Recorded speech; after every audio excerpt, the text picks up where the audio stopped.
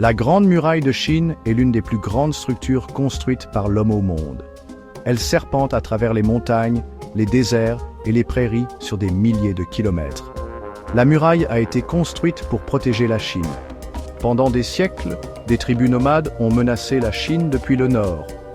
Elles attaquaient souvent les villages chinois et volaient leur nourriture et leurs biens. La Grande Muraille a été construite pour arrêter ces attaques. La construction de la muraille a commencé il y a plus de 2000 ans. Elle n'a cependant pas été construite d'un seul coup.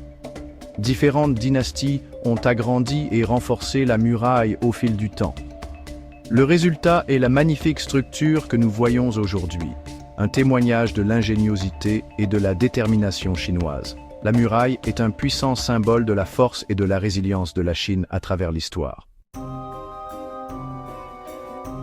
La dynastie Qin a été la première à construire une muraille unifiée. L'empereur Qin Shi Huang, célèbre pour son armée de terre cuite, voulait protéger son empire nouvellement unifié. Il a ordonné que les murs existants soient reliés et prolongés. Ce premier mur était principalement fait de terre battue et de bois.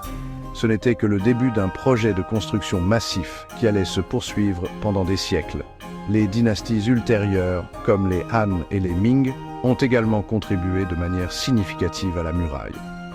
La dynastie Han a étendu la muraille plus à l'ouest dans le désert.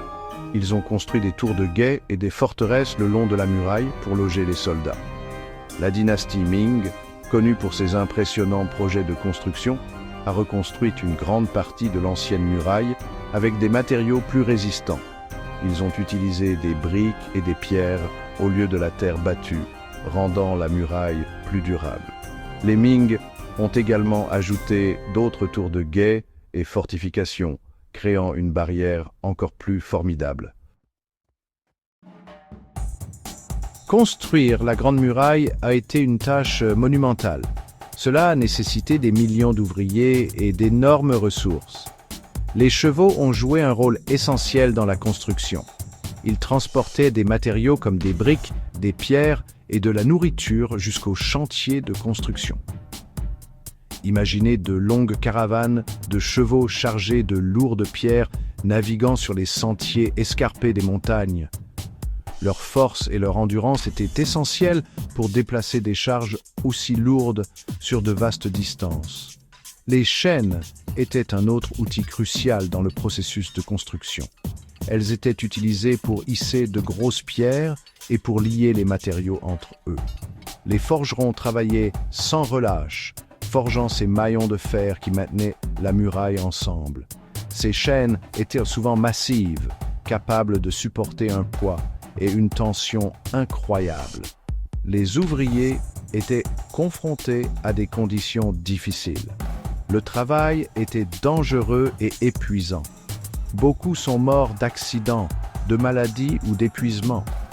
Malgré ces difficultés, ils ont persévéré, animés par le sens du devoir et la promesse d'une Chine plus sûre. La Grande Muraille a eu un impact profond sur la Chine. Elle a contribué à protéger le pays des invasions, permettant à la civilisation chinoise de s'épanouir à l'intérieur de ses frontières.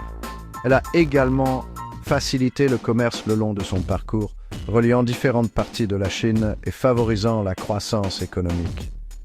La muraille témoigne de l'ingéniosité et de la détermination du peuple chinois. C'est un symbole de sa force, de sa résilience et de sa capacité à surmonter l'adversité.